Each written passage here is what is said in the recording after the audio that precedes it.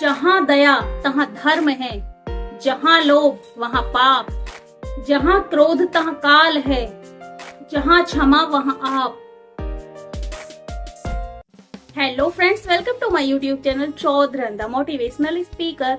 तो फ्रेंड्स, आपका मेरे चैनल पर बहुत बहुत स्वागत है। और आज मैं डिस्कस करूंगी एक वेरी वेरी इंपॉर्टेंट टॉपिक, एक ऐसा टॉपिक जिसने पूरे भारतीय समाज को शर्मसार कर दिया है।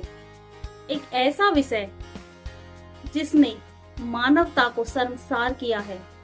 जी हाँ, मैं उसी घटना का जिक्र कर रही हूँ जो इटावा में एक कथावाचक और उनके सहयोगी के साथ घटित हुई है। केवल जाति के आधार पर कुछ नकारात्मक प्रवृत्ति वाले लोगों ने उनके साथ बहुत ही अभद्र और अमानवीय व्यवहार किया है, केवल जाति के आधार पर, केवल इस आधार पर कि वो जाति से ब्राह्मण नहीं बल्कि यादव थे। तो आइए जानते हैं कि पहले पूरा मामला क्या है। दरअसल ये घटना है यूपी के इटावा जिले के दांदरपुर गांव की, जिसमें दो कथावाचक यानी कि मुकुटमणि यादव और उनके सहयोगी संत सिंह यादव जो कथा करने गए थे, उनसे लोगों ने एक दिन कथा करने के बाद उनकी जाति पूछी तो उन्होंने कहा कि हम जाति से यादव हैं। तब कहा जाता है कि वो गांव पंडितों का है। तब कुछ धर्म के ठेकेदारों ने, जो धर्म पर अपना कॉपीराइट समझते हैं, उन्होंने उन दोनों कथावाचकों के सर मुंडवाए, उनसे नाक रगड़वाई और इससे भी अमानवीय उन पर पेशाब छिड़कवाया, उनके साथ मारपीट की। मानवता को शर्मसार करने वाली घटना उनके साथ हुई। और ऐसा उन लोगों ने किया जो धर्म पर अपना कॉपीराइट समझते हैं। और हुआ क्यों? केवल इसलिए कि वो जाति से ब्राह्मण नहीं थे, वो जाति से यादव थे। और उनके साथ ऐसा शर्मसार व्यवहार करने वाले लोगों का मानना ये है कि उन्हें यादव होने के नाते कथा वाचन करने का अधिकार नहीं है, केवल एक ब्राह्मण ही कथा वाचन कर सकता है। तो पहले तो मैं यही कहना चाहूंगी कि पंडित का मतलब होता क्या है। शायद इन लोगों को पहले पंडित की परिभाषा समझ लेनी चाहिए। पंडित वो नहीं होता जो केवल पंडित की जाति में पैदा होता है। पंडित का अर्थ होता है ज्ञानी होने से।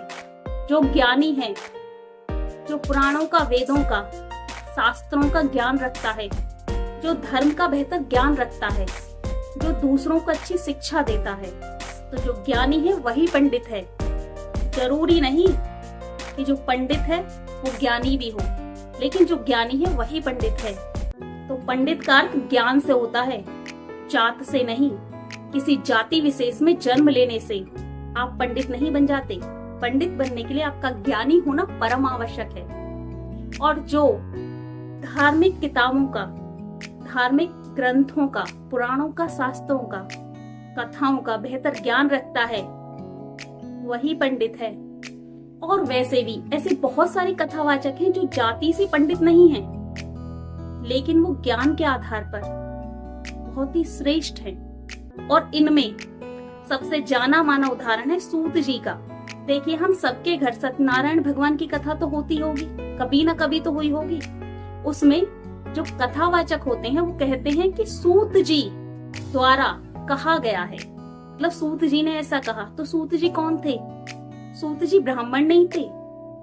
सूत वो जाति होती है जो दो जाति के लोगों के मिलन से पैदा हुई संतान को सूत कहते हैं।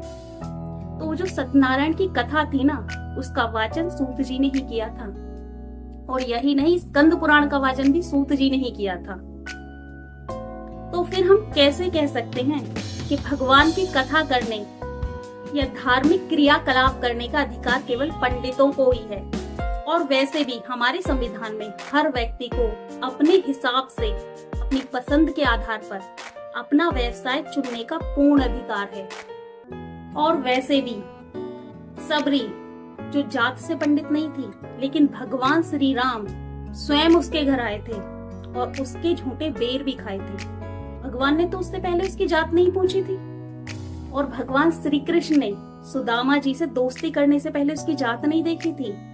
तो जब भगवान जात पात का भेद नहीं करते तो आप और हम कौन होते हैं जाति व्यवस्था के आधार पर लोगों को प्रताड़ित करने वाले।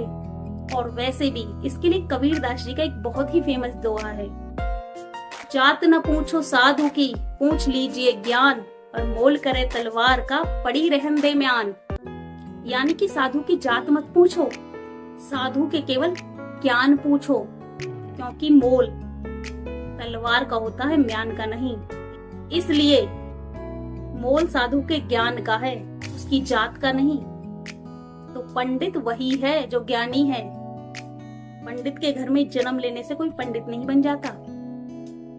और किसी का भी धर्म पर, धार्मिक अनुष्ठानों पर कोई कॉपीराइट नहीं है। हर व्यक्ति को भारत में पूरा हक है अपना व्यवसाय अपनी पसंद के आधार पर चुनने का। अगर मान लो किसी को शास्त्रों में रुचि है, कोई कथावाचक बनना चाहता है, तो वो जन्म से पंडित ना हो तो क्या वो कथावाचन नहीं कर सकता? क्या वो भगवान की सेवा नहीं कर सकता?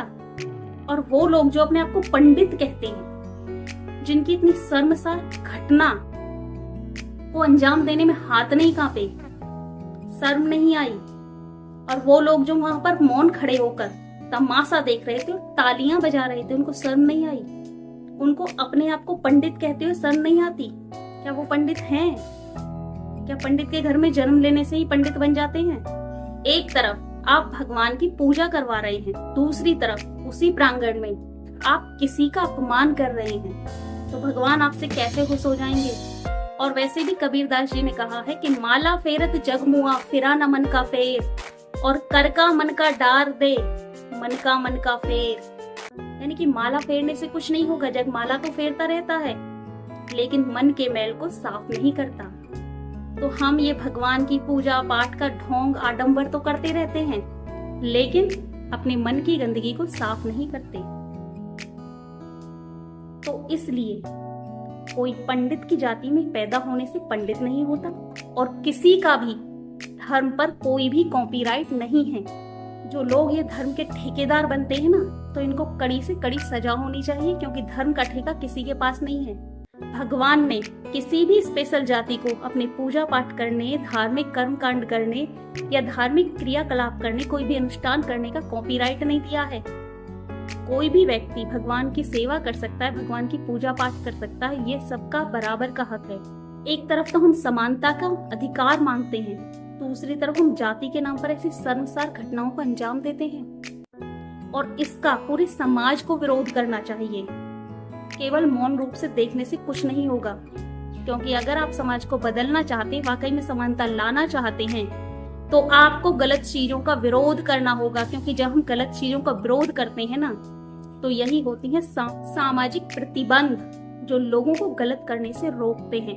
तो अगर हमें गलत होने से रोकना है, समाज को वाकई में बदलना चाहते हैं, तो हम सबको मिलकर इस घटना का या ऐसी किसी भी मानवता को शर्मसार करने वाली घटना का विरोध करना होगा। क्योंकि अगर आप वाकई में अपने आप को समाज का हिस्सा मानते हैं ना, तो आपको सही का समर्थन और गलत का विरोध करना चाहिए। अन्यथा आपका समाज में होना ना होना कोई मायने नहीं रखता। इसलिए हम सबको मिलकर इस अमानवीय और मानवता को शर्मसार करने वाली घटना का विरोध करना चाहिए। तो ठीक है, आपको मेरे विचार कैसे लगे कमेंट करके जरूर बताइएगा, और आपके इस बारे में क्या विचार हैं वो भी कमेंट कीजिएगा। तो ठीक है, अगर आपको वीडियो पसंद आई तो वीडियो को लाइक और चैनल को सब्सक्राइब कर लेना। Thank you for watching this video. Her her Mahadev.